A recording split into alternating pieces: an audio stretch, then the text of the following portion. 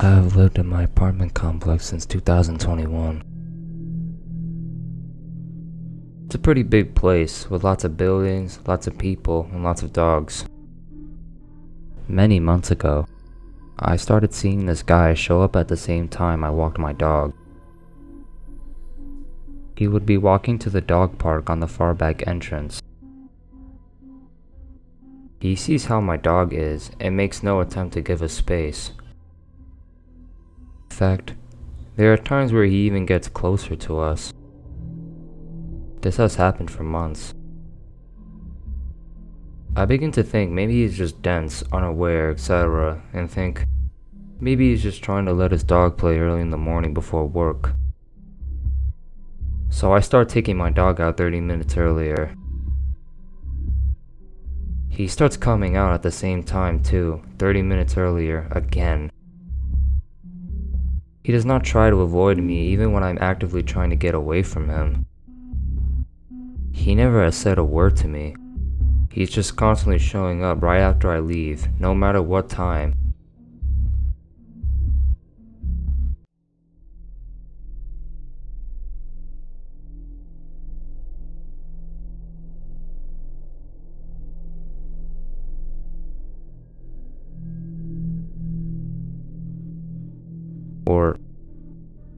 However, often I deviate from my schedule. The other day, I'm out with my mom walking my dog, and we see him across the parking lot walking towards us. He has always expected me to move out of the way, even though I am there first. Plus, my dog is pooping, so I can't move. He walks like 2 feet to the right of us, so of course my dog is going ballistic. My mom noticed too and said that's weird. Tonight it happened again. I said screw it. I'll move out of his way because I don't want to deal with the headache. So I move off the sidewalk and walk next to this fence, keeping my dog on a tight leash because she's freaking out. As we are almost right next to each other, but several feet apart, and she's kinda behind me and still walking towards the park. I get back on the sidewalk, and my dog suddenly jumps behind me in a protective stance.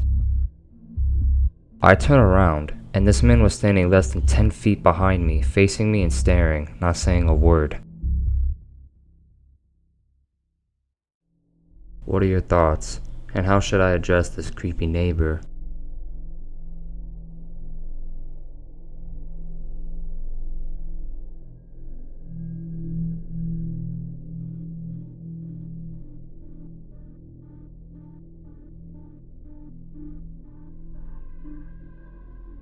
This takes place in the rural farmland of the southeastern United States.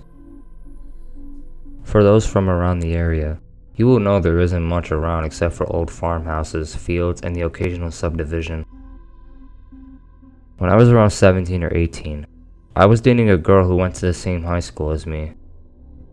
Being teenagers, we needed a place to be alone, and what better than the front seat of my F-150?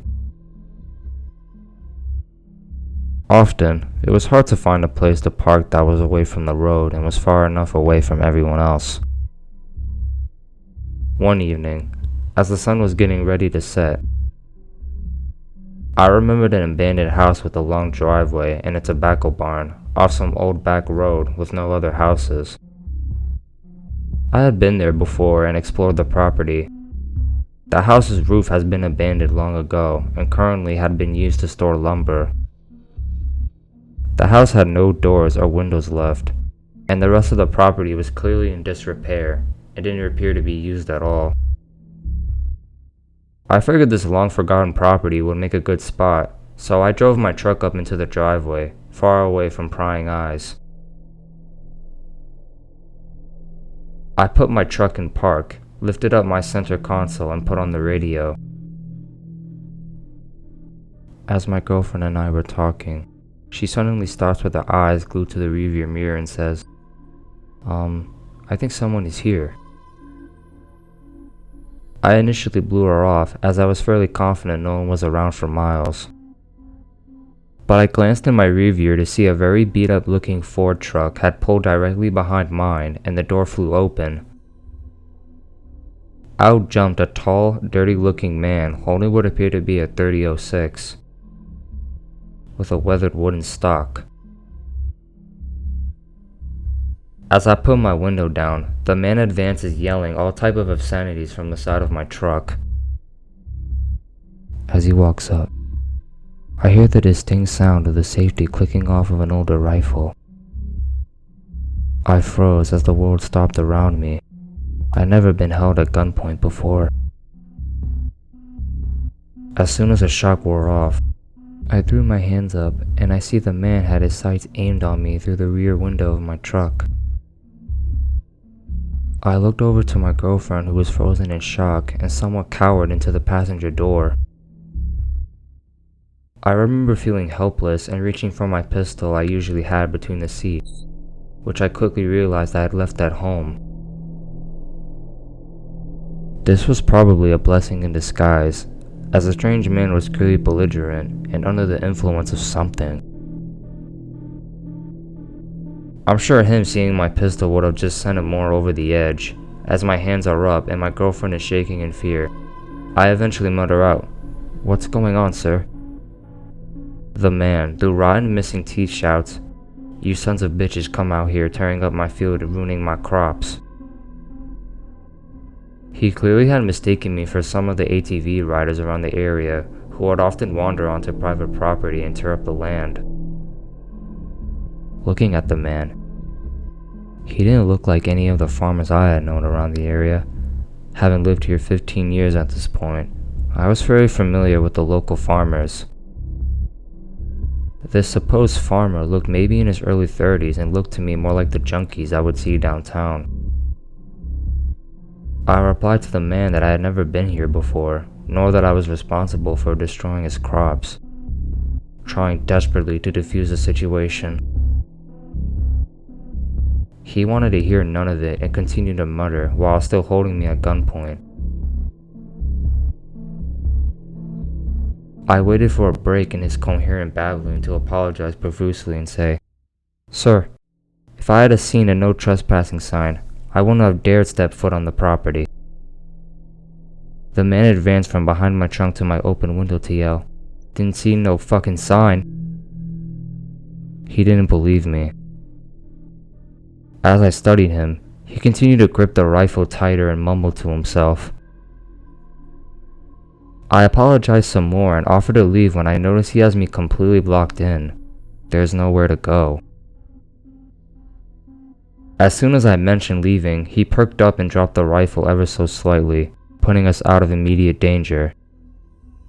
My fight or flight briefly chose fight, but I knew there was no way to jump out of the truck and get to him before he could shoot. Time seemed too slow, and I felt like the silence that ensued lasted hours. He started to yell obscenities again, but started to walk back to his truck. As he passes my rear bumper, my girlfriend and I exchanged glances.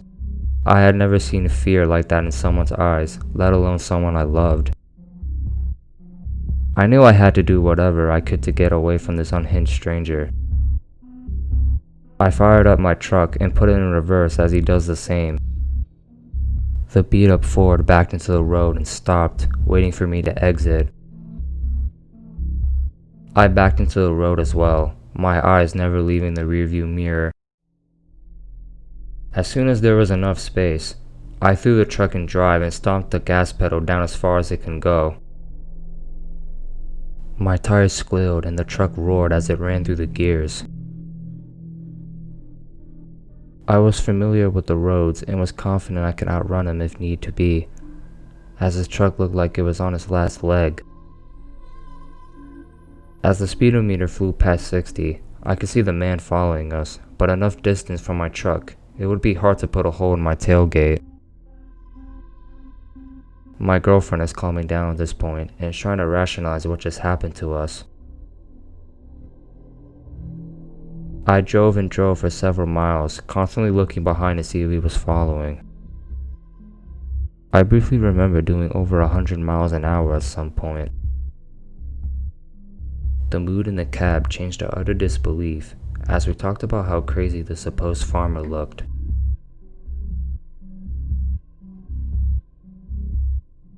And awkwardly laughing off our near deaths.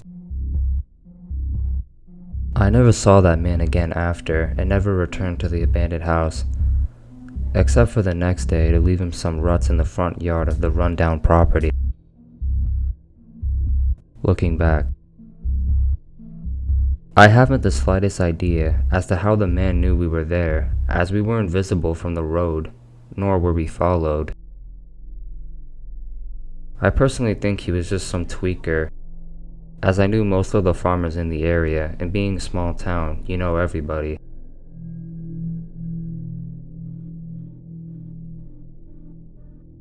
I had never seen this man, nor have I seen him since. I certainly wasn't the wrong being on private property, and I've heard horror stories of people running from crazed farmers as bullets flew over their heads. However, a couple of kids parked in what was clearly a forgotten property several hundred yards from the nearest field shouldn't have warranted a firearm pointed at me and my girlfriend, who were sitting in a clean truck that obviously hadn't been tearing up my fields. Coming from a farming family and being close with the farmers in the area, the last thing you would catch me doing is tearing up someone's livelihood. Regardless, I put my girlfriend's and my life at stake just to park up somewhere and fool around. I never made that mistake ever again.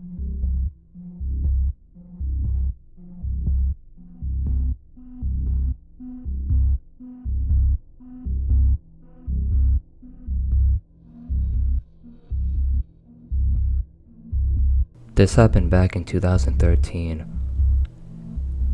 It was about 8 to 9 o'clock, and I was on my way home from a pal's. I was sat upstairs at the back of the bus. There was only me and one other person on the top floor of the bus, and he was sat near the front on the opposite side.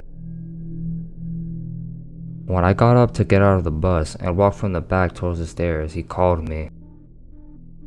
Don't remember exactly how he asked, but he was asking for a lighter. I walked up to him, going through my pockets, and told him I had matches and handed them to him. He took them of me and just stared at them for a good few seconds, and then handed them back to me and said something along the line of, "Don't worry." The time it took him to decide not to use them felt very strange, and the eye contact before and after just felt intense. I walked down the stairs thinking what the heck was up with that and got off the bus.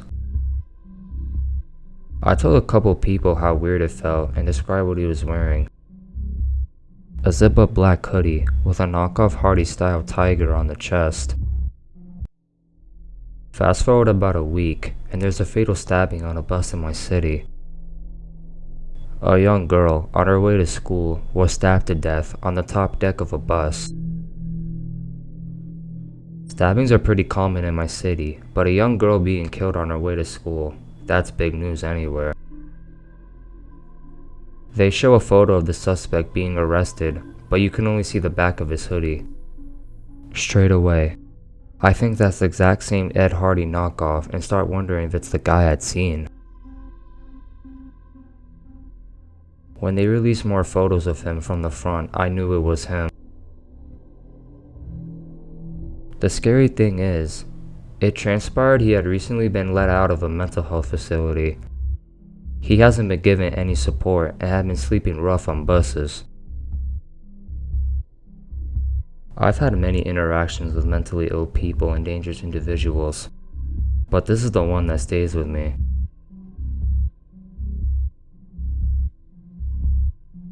Even though the interaction was much, it felt so strange. I always wonder if he was seeing how I reacted when he asked me hence why he didn't use the matches. Who knows, it's just a sad story really. Rest in peace to the poor girl who was murdered. Her name was Christina Edkins. She was 16 years old.